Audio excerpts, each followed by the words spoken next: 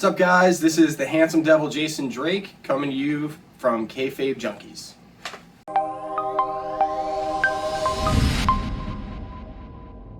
As a founding member of Riot City's Most Wanted, you were there when the long-running Mid-Atlantic stable started. Would you please tell us how that all came to be? So I started training with Nick back in 2013 during the summer, and we immediately hit it off as friends, and also just we had a lot of chemistry in the ring together, and he noticed it and he said, "Hey, I'm toying with this tag team idea. We've been wanting to do a stable for a long time with me and Holly, and what do you think of this?" And toying with the name, and I can't remember, it was either Jimmy or Adam from Pretty Ugly, James Ellsworth and Adam Ugly. One of them came up with the name Riot City's Most Wanted, and then we just started going from there, and kind of the rest is history. A few years after the Riot City started, you left the group, started wrestling exclusively in the state of Maryland for Eastern Wrestling Alliance, and changed your name, Jason Scythe, to Jason Drake. What was the reason for the changes in a short period of time?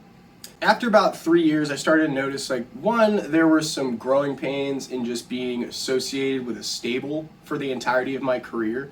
It was tough to kind of have my own individual character, personality. I couldn't really break out of always being in the shadow of, at the time, Matt and Nick, because they were both my veterans and the senior sort of members in the group, even though I was, as we talked about, one of the founding members. So that was part of it, wanting to find my own individual personality. There was a lot of inner drama going on at the time, so I was trying to get away from some of that.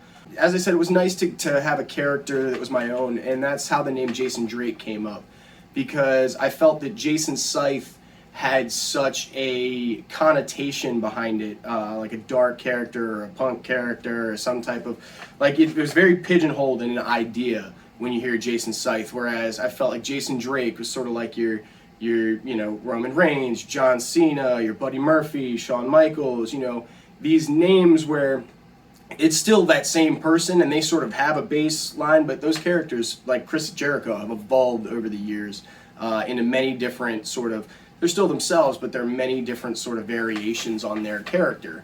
And I felt that Jason Scythe didn't give me the ability to have the range of character that I wanted with that name.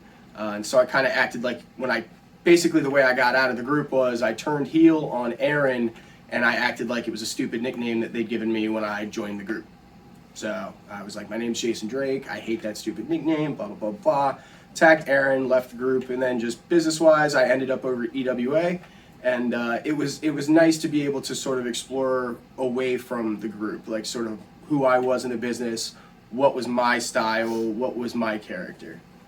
Since you've been in EWA, you have held the heavyweight, cruiserweight, and Maryland champions. Is there anything else you would like to accomplish in EWA before your time is over there? I'm not certain. Honestly, I think what I really would like to do is to finally get their tag titles. It's the one belt I haven't had in the company, so that would be a Grand Slam champion. I'm already a Triple Crown champion because, as you mentioned, I've held the EWA Championship, EWA Cruiserweight title, and their Maryland Championship.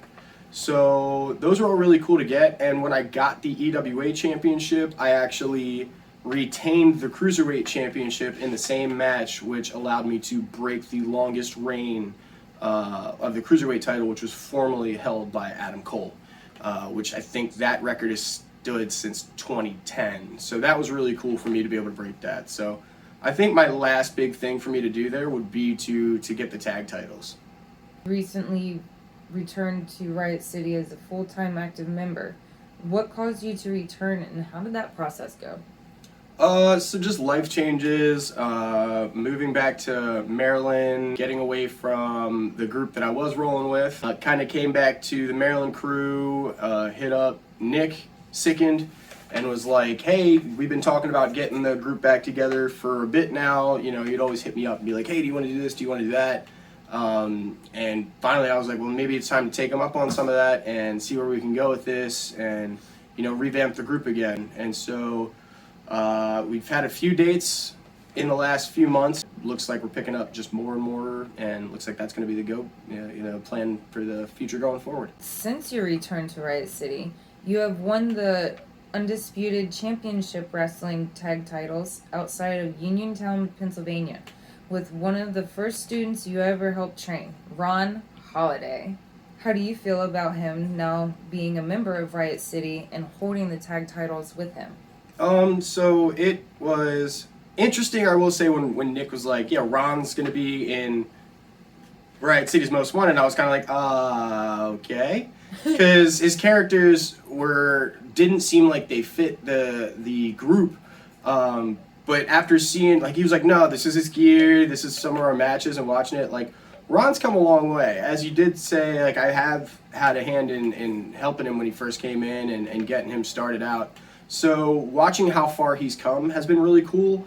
And then I definitely feel like he does add a lot to the group in terms of just, like, his willingness to be there, his creativity with stuff, and then just his willingness to really push, especially the social media aspects of our group too. So it's been a good fit. It's been a good addition, and then getting the tag titles is always fun. And I was surprised by how much chemistry he and I had our first match together. Like, everything seemed to go off without a hitch. All the tag spots were crisp. It felt like, everything just went really well that match. So it's been fun so far. So it's good to have him in the group. And there have been many people who have come in and out of Riot City.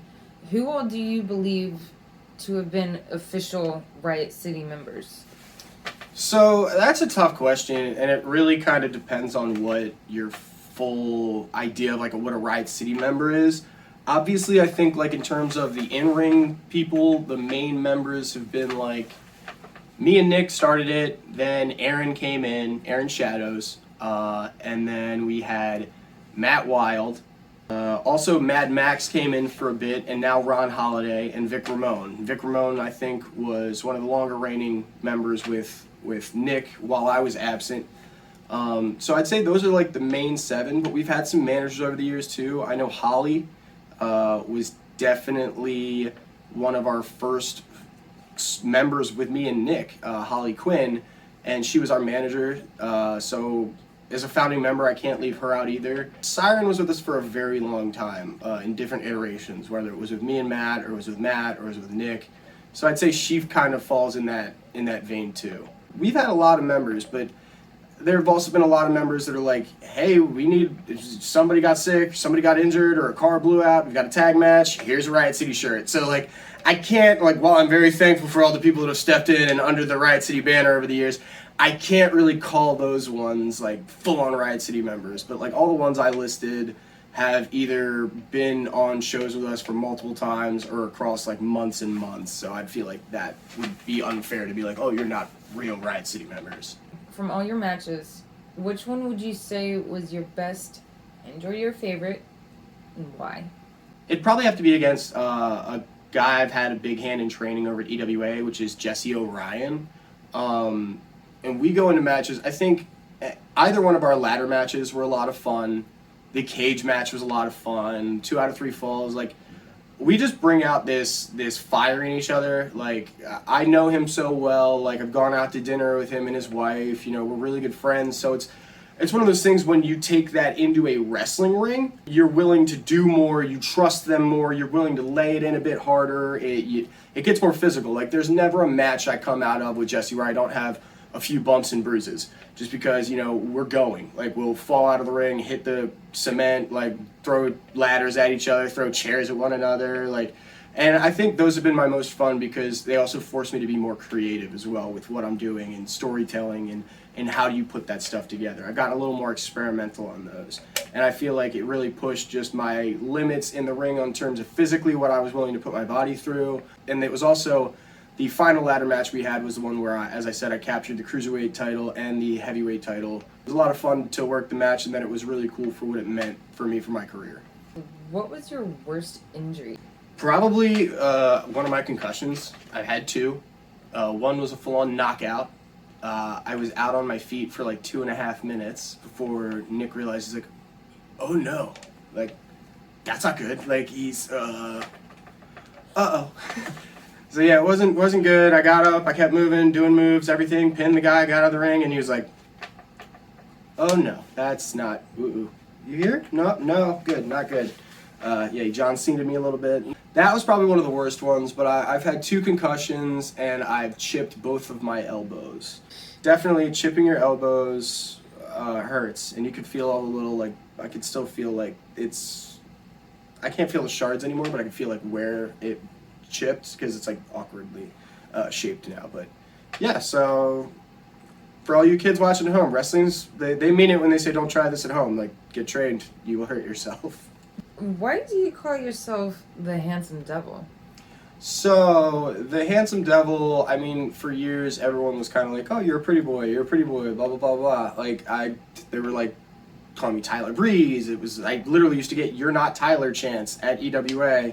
And so when I took the name Jason Drake, I'd been a face with Riot City for so long, and when I took the name Jason Drake, I went very much heel and took the moniker The Devilish Jason Drake. So I was watching the Ted Bundy tapes on Netflix, and I think it was like episode 3 was The Handsome Devil, and I went, huh, and like light bulb moment. I was like, I like that. I was like, I've heard that before, like used to describe someone like, oh, he's a handsome devil, and I'm just like, mixes the devil, mixes the pretty boy joke, takes it, rolls it all into one, very succinct. I was like, I like it, the Handsome Devil Jason Drake. And so that's how I got that name, and it just kind of stuck. I kind of shot it to some of my friends. I was like, what do you think of this? They were like, ooh. And so it just stuck. Well, thank you for answering all my questions today. Now is the time where we can let all the junkies know where to find you. What shows do you have going on? We got EWA coming up on Friday, September 10th, followed by the HWT show on 9/11. And then on Friday, October 1st, Ron and I will be defending the UCW tag titles against Dog Nation and Black Magic in a triple threat. So those are like the 3 big dates I've got coming up. As far as where I can be found, it's Jason Drake Official or Official Jason Drake on Instagram and Twitter, both respectively.